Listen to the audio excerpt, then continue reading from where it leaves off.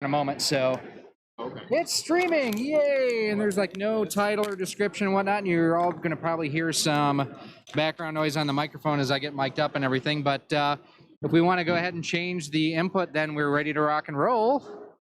Should be mirroring. You guys are getting your stuff working? Yep, it's all good to go, so You need to plug in, or he needs. we're plugged in, we just need to change the inputs. Tommy, you're the guy in charge. I'm just the camera guy. Can you switch it over to HDMI? I don't know which one is it. Yeah, it's whatever your HDMI settings are on there. Did you guys have the booth next to us 2 years ago? I haven't had a booth. He may have. Hey, Life with Matthew, how you going? But they're cleaning everything. So. Hey, we're live. That works. We can see everything. We can turn on the microphones and go live. Tip $5. Can you, oh my God, you want to screen that? I can't. This is as big as it'll go.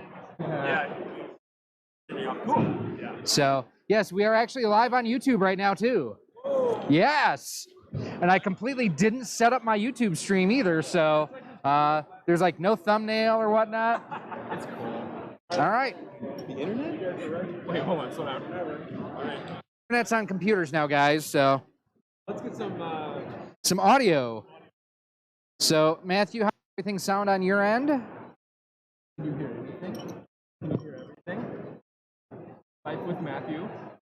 I don't know if Matthew can hear you because he is listening to me and I am the miking. Gary, what number is on your mic? Dos.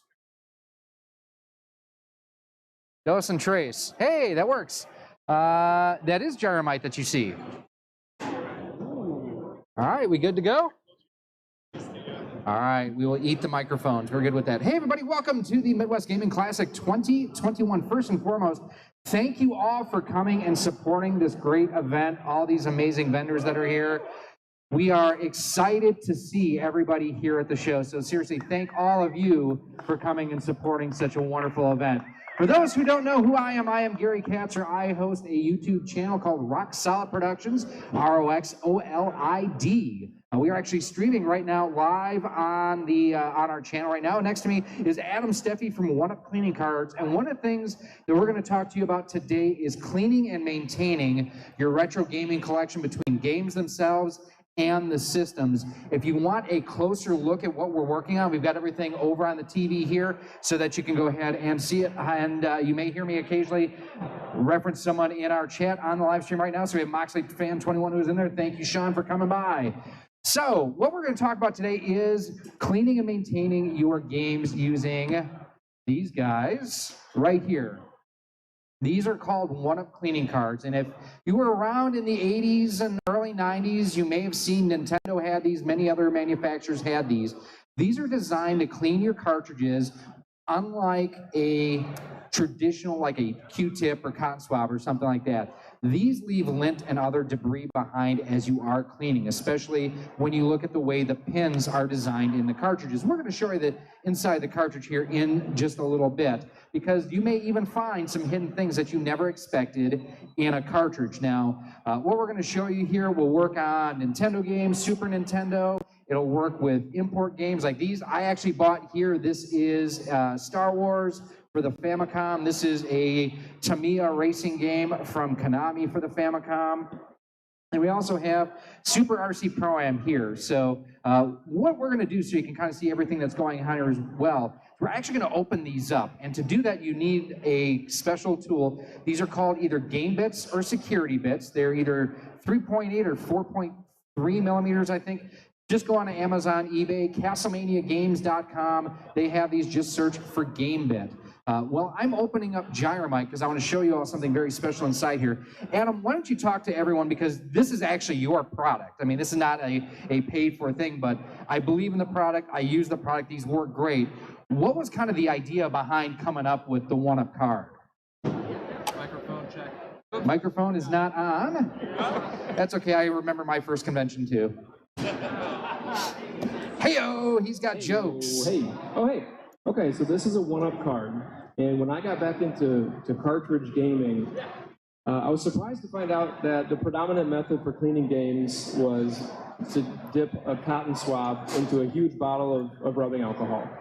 And that was about the best that was on the market.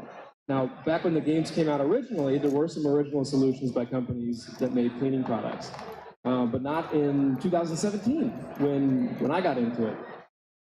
So I developed this product to be a much more elegant and convenient and quick solution compared to the one-up card dipped into the big bottle of alcohol. Q-tip. Yeah. You said one-up cleaning card. Yeah, don't dip this in the bottle. You have a bottle of fluid. I do. So Gary's got the fluid, and what we use is 99% isopropyl alcohol. I recommend using the highest percentage alcohol that you can find. Just don't drink it. But typically the other percentage, when you have a bottle of rubbing alcohol, like you can get 50%, 70% at the drugstore. Water is typically the other ingredient that's in the fluid. And so I thought, if we're going to be putting these on games and on equipment that's 30 years old, no sense in introducing more corrosion and more rust by putting additional water or moisture on the game. So hence the high level, the high content of the alcohol. And you just take a little bit of the alcohol in the bottle and drizzle it on the fluid pad of the card. And then it's off to the races. You got any games that are assembled still? No, we're going to open these up just to show everyone, but so what the cleaning method that especially with these, you don't need to open them up like I'm doing here. Right. I just want to open these up so everyone can kind of see what's going on, especially because the gyromite here has something special going on that we're going to talk about. So if you've never seen inside of a Nintendo game, this is basically what it is. And one of these chips is the game itself. The other is the onboard memory or the RAM. You've normally got some capacitors and resistors on here. But what we want to make sure is clean is this connector's edge right here. And whether you're talking about, again, NES, Super NES, Sega Master System, Atari 2600, before you put any game that you purchase into your system, clean it. I don't care where it came from. I have my own local store. I am, by the way, from Menominee Falls originally, class of 1995, even though I am stuck down in Illinois right now with all the fibs. But my local store that I have down there, I trust Adrian completely. He has good quality stuff. I still clean the games I get from him just to be on the safe side. So and this is why having a Q-tip or something like that is not a good idea, because if you see the slots between each of these pins here, you can actually have lint and fibers come off of this and get lodged between and cause further dirt, corrosion, interruption in signal. Now, there are some times where cleaning a game simply isn't good enough, and you have to do things like break out a soldering iron and remelt the solder to increase the conductivity. You have to remember, these were built in 83 through 92, I think was the last NES cartridge. So these have gone through a lot. They've gone through attics, they've gone through basements, they've gone through, being mishandled, they've gone through transports. But most of all, they've had a lot of kids' mouths on them, blowing on it. So now I have several of Adam's older cards here. We're going to show you one of the newer ones. This was the original card, and I've got a newer one here and an older one here. And what I want to show you is the fact, if you look, there's still a lot of dirt and crud on this one. That's fine. You can use these over and over and over again. You can get a couple hundred uses out of these, and that's one of the reasons why I love them. Now, I mentioned too that I did buy 2 Famicom games here at the show. One of the reasons why this copy of Gyromite is so special is early in the days of the NES, Nintendo was not sure how things were going to work here in the US. That is why some of the original games had an adapter inside, and literally all that it is doing is changing the Famicom cartridge to fit inside of a Nintendo system. Is it the number of pins that's different? It is the number of pins. There's also some security issues as well. So on this, so again, this is Gyromite. This is just an adapter. This is the game. You've got the plastic piece here, and then you've got your adapter here that'll basically, you may have heard of something called a 60 to 72 pin adapter. The reason for that, Famicom games had 60 pins on it, the NES had 72. And as you can see, they're you know, they are directional, and I was dumb and didn't realize which side I pull out which, so I may have put Gyromite back in upside down. But one of the things with Gyromite is the fact that it does have this adapter in here. If you do want to be able to play Famicom games on your North American use these adapters, but you can get a copy of Gyromite for like $5 now. So you can open up, pull out the adapter, and then this will work in your NES. Now, to clean your systems, there are a couple different ways you can do it. What I recommend first is that you just use the 1UP cleaning card to do a buff. Now, one of the things you want to make sure too, these pins, you've got oil on your fingers and your hands and things along those lines. Don't do this. Don't touch the pins, especially after you've cleaned them, because you'll have to clean them again. Especially after your cheeseburger. Cheese. So all that you need is there's a fluid side and a dry side on here.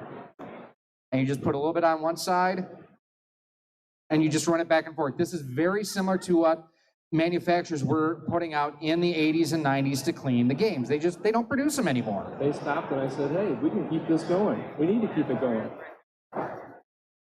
So very simple, very easy. One thing I will say too, since this is IPA, isopropyl alcohol, do this in a well-ventilated area. That way you avoid getting like headaches and nauseous and things along those lines. Unless you're into that kind of thing. No, we don't condone that. We've got JLove81 over here. Make sure you subscribe to her on YouTube as well. One of the most positive channels you will find out there. Now, you also have a dry side here on the card. So basically all that I'm doing is I'm removing any residue on the back side. And at this point, I could throw this in the system and test it out. Now, there are some times where this is not good enough. And many people over the years have tried different sorts of solutions to clean pins on video games.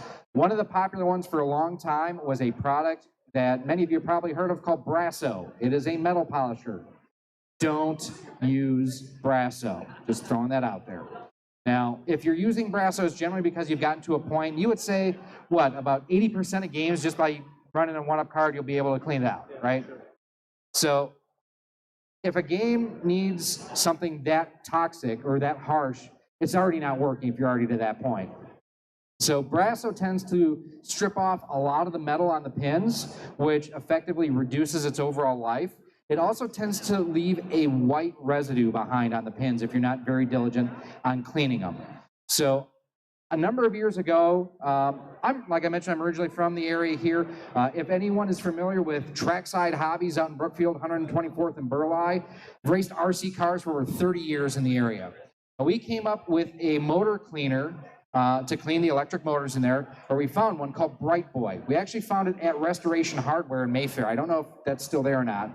And that's essentially what's in this bottle here. Now, as you can see, it's actually separated its two components. It is a non-abrasive, but it is a polish. So you have your carrier essentially, and you have the cleaner. So you gotta shake that up just to kind of disperse that around. Adam, you don't look like you know what to do with your hands right now. I'm just throwing that out there. That's the advantage of 1UP card fluid. No shaking necessary. There is no shaking. But this is for when the 1UP card doesn't work. And one thing I will say is the chemical in here does attack the glue and the fibers on this, so don't use this on a 1UP card. Just stick with the IPA, you'll be just fine. For this, you can use just a cotton swab or Q-tip. Put just a little bit either on your swab. Use a little bit, there we go. That will do you. And all that you're gonna do is you're just gonna run a little bit across the pins. Now, the way this works best, and if you're gonna do a before and after glistening comparison? I am, so you can kind of see the blackness that's on there. And I think I had already cleaned this game too. So, and I don't know if he's hanging up behind me right now or not, but our good friend John Rakes, who has a panel at 4 o'clock, make sure you come back and check him out. He has a great analogy for this process. It's essentially like resurfacing a disc on your, like a DVD or a CD or something like that. You can do it once or twice and you're fine, but if you do it too many times, you're actually gonna ruin the disc itself. Now, once we've got the Brite Boy spread apart on there, or across there, flip it back over, and initially just take the other side of the cotton swab and wipe it off. And again, you can see the gunk that's built up. And that's just from one light pass. Now, I generally don't Brite Boy a game right out of the box. I will one-up card it when I clean it, when I get a new one. But then if it doesn't play, I mean, look at that gunk. This is what we're trying to keep out of your systems. And what basically, if you have an issue where you have, I mean, that's gross. Especially if you have, I found homes where people were smokers and things along those lines. Those tend to be the absolute worst. But we're gonna grab our one-up card again. Now what I do before I put everything back together is I go ahead and I'll hit it again with this just to get any residual Brite Boy off of this and to get any extra dirt off too. So we're just gonna do a couple passes there. Gotta be so clean. It's so fresh and clean. That's good, Gary. That's enough of that. Yes, okay. There's a reason why I have a face for radio. So now, if you take a look, and again, do the lighting, it's a little bit challenging, and I'm making sure I have my finger under the pins and not on the pins.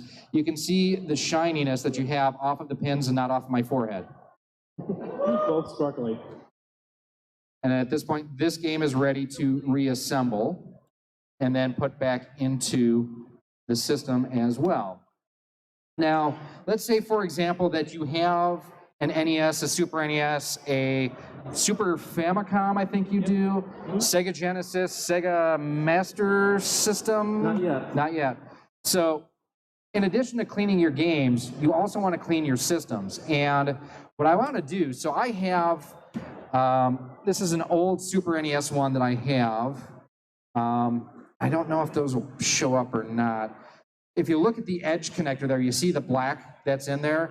That is actually cleaned out of my system. I don't know if there's an easy way to pop that open. This one pops open. Okay. The new and improved version is screwed together. There you go. All the magic. That's all the magic right there. So if you take a look, you can see the edge of that connector down here. That's all crap, crud, and corrosion that I've pulled, this 3 C's I call it, crap, crud, and corrosion, that I've pulled out of my systems. Now, this, if you see, only has one strip across for just the center pins. The new ones have actually been updated, where it actually, on some games, it had the 3 conductors in there. Like Star Fox. Yes, Chronos, this is live. So this will go ahead and clean all the connectors across your entire system. Now, with this, the nice thing is you don't use any fluid, no solution. You just insert it and remove it several times out of your system. And for something like this here, the dirt that's built up, after I'm done cleaning the system, I'll go ahead and just use some paper towel or something with some of the alcohol. I drew a blank there. Alcohol is a tough word to remember. And just use that to clean that edge off of there. I've seen other people use Windex or other solvents. It's not designed for use on electronics. Just keep it out of there as much as possible. Now, in addition to the NES games and the Super NES games, which use a very similar style for cleaning and maintenance, for Game Boy games, and Game Boy Advance, Game Boy Color, this card will not fit in there. Only at an angle, but it's not ideal. So there's even the mini cards, and these are awesome. I use these not just on my Game Boy games, but on N64 games. If you've ever tried to clean those, it's a much narrower pin than what an NES, a Genesis, or a Super NES has. So being able to get in there and actually get wider swaths back and forth to clean, these are super convenient to have, and they'll work on anything. I mean, these, That's the advantage of the mini card, the mini cleaning card, is that you can really use it on any cartridge game. So in my opinion, it's actually more versatile than the larger size cards, but they both have their strengths.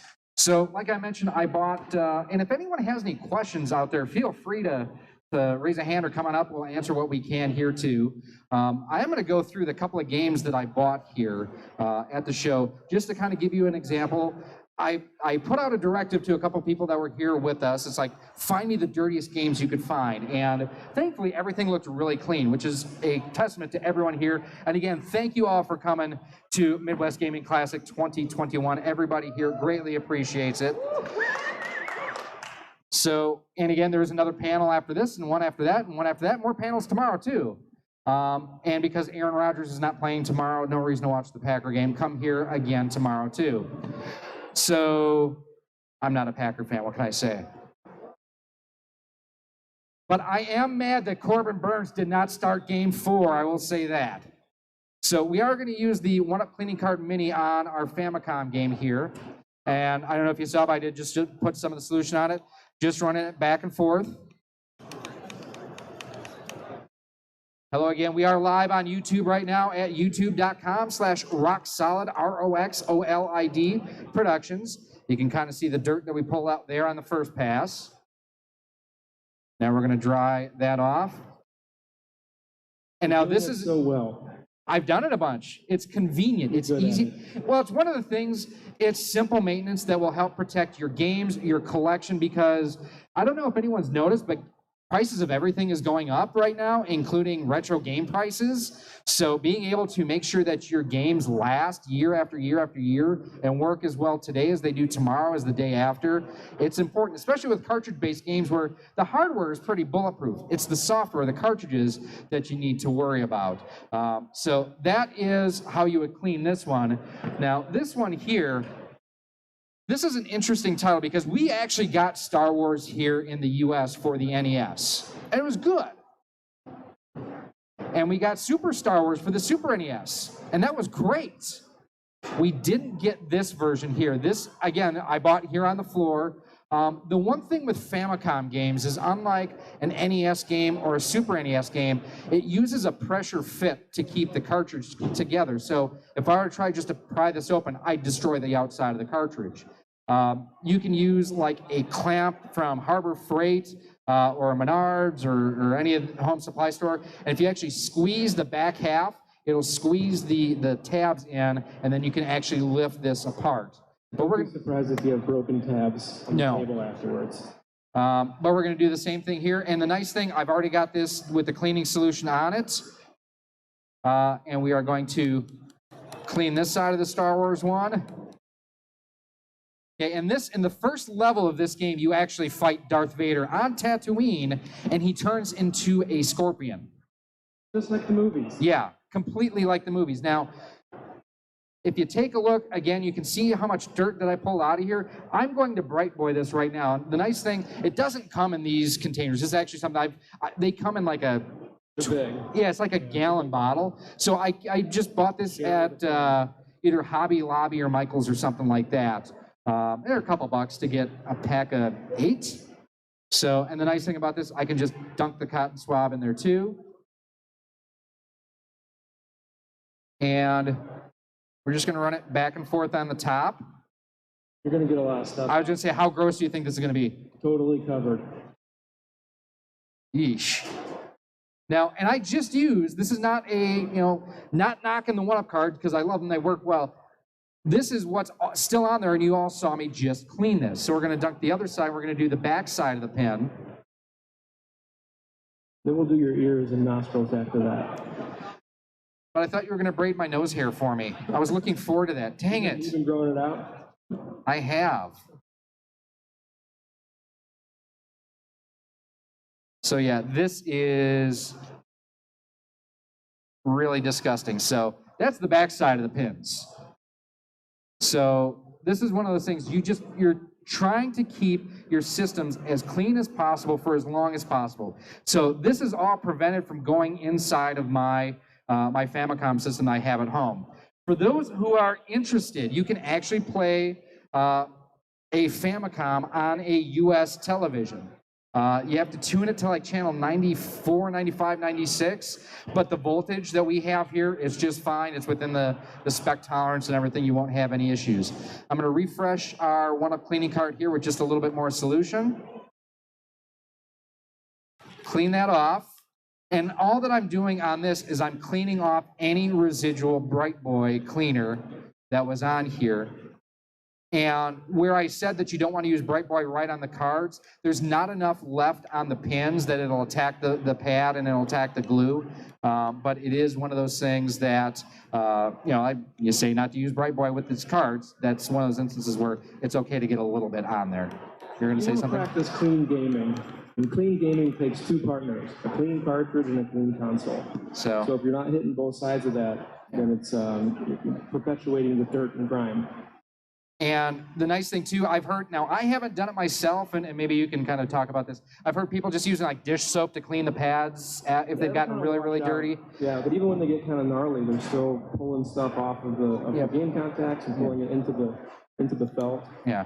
So like, and one of the cool things too that Adam done as well. So like, I have my YouTube channel and everything. He can actually do custom artwork. So let's say that you're a huge fan of Super Mario World. You could probably put Mario on here or something. Maybe. I'd have to maybe talk to Nintendo. Yeah, I mean, there's licensing agreements. I can use your logo, no problem. Yes. So he can do custom cards. He's also done custom cards. If you've ever heard of a small YouTuber called the Angry Video Game Nerd, I think he's called. They've got collector sets and whatnot that he has available as well. But after a while, I mean, these don't last forever. I think it's 3 for $10, roughly, something like that. They do like wear out and they get fuzz and whatnot on here, so you'll want to replace these every once in a while. But the good thing is it's not something that you have to constantly sink money into time after time. Very reusable. So, and now I'm just going to run the swab, no cleaning solution, just to see if we get any more out of here, because we've cleaned both sides of the pins. I'm still getting a little bit out, but nowhere near. This is something I would feel absolutely comfortable putting in any of my systems without a problem. If you store the game well, then you're not going to have to use Brite Boy again. Correct. Right. And that's one of those things that, I mean, you can get we probably, those of you out there remember these from the 80s, the cartridge edge connector or the protector for the Super NES. I mean, there's ones, you can get 3D printable files now too and whatnot. So protect your games the best that you can. It's preserving a legacy. Yeah, it really is. Because that way it'll help. I mean, even, simple things like the Game Boy had these great cases too. I mean, Sega, I'm a Nintendo fanboy, but Sega did it right with the Genesis and the Master System with those wonderful plastic clamshell cases and everything that you can go ahead and store your games. I mean, that's... You mean the paper box that Nintendo used? Yes. The paper box? I mean, the thing to remember is proper preparation prevents poor performance.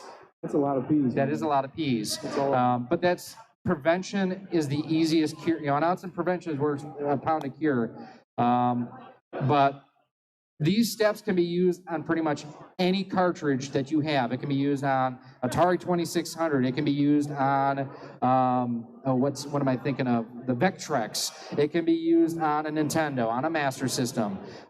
Pretty much any cartridge, you can use these steps to go ahead and clean and maintain and make sure that your collection is staying healthy, it's staying clean, and that you're not contaminating your pins so that you can play your games today, tomorrow, and into the future. You know it, buddy. It's like I've done this once or twice. Yeah, so, we recommend starting out with one-up card. Just use that, and it really does most of the time what you need it to do. And don't touch the pins after you've cleaned them like I just did there. Looks like a Game Genius connector. Yeah, it kind of is. And that's what some people have used too, is Game Genius to get around some of the region locks as well. With especially playing Super Famicom on a Super Nintendo, for example. I did have that in backwards, so I'm glad that I checked that out. But yeah, I mean, that's one of the things that you really, when you're at something like this, make sure you clean your games before you put them into your systems, regardless, even if it's someone that you trust as far as a seller, retailer, a friend, anything along those lines, just to make sure that you are not spreading dirt around as you go. Adam, did you have anything else to kind of add? All the one-up card products are on Amazon. It's probably the best place to get it, easiest place to buy. It's just Amazon for the one-up console and game cartridge cleaners. So if anyone out there has got any questions, we'll be kind of hanging out for a little bit. But that is essentially how you can clean and maintain your cartridge-based collection and keep your games moving and playing and beeping and booping and making the pew pew pew sounds and so on and so forth. Even when it's a bad game like Ghostbusters 2. I love Ghostbusters 2. Anyone want to play that with me? I play it. Ghostbusters 2 is terrible. The one for the Master System is wonderful. It takes a lot of skill. That's the thing, is it took a long time to develop the skill for Ghostbusters 2. A lot of hours. Oh, and one other thing too. So these tools that I use to take the cartridges open, I highly recommend if you're going to buy expensive or rare games. And I don't mean from Rare the publisher. I mean rare as far as uncommon. pick a set of these up and take them with you to conventions. I know there is a terrific store in the Northwest called Pink Gorilla, and they sell, I forget what they call it, but it's a set basically that you can open up cartridges if you are at a show to be able to tell a real cartridge from a counterfeit. And unfortunately, there are people out there who are doing unscrupulous things, selling counterfeits as legit, and you want to make sure, I mean, especially if you're going to drop $300, $400, $500 on a game, and that's getting more and more common now, you want to make sure that what you are spending your money on is worth $300, $400, $500. So, Original hardware. Yep. Cool. All right, so yeah, no problem. Everybody, let's give it up for Gary and Adam. Good job. Thank you guys so much for coming on the bonus stage. It's been a pleasure. And let's go Brewers. And yes, let's go Brewers. Bucks and 6. I was slightly offended by the non-Packer fan comment, but you know what? We'll allow it. I was a child of the 80s. Lynn Dickey, Bart Starr. Okay. I actually caddied for Randy Wright at the Lombardi Golf Tournament at North Hills Country Club, and he stiffed me on a tip.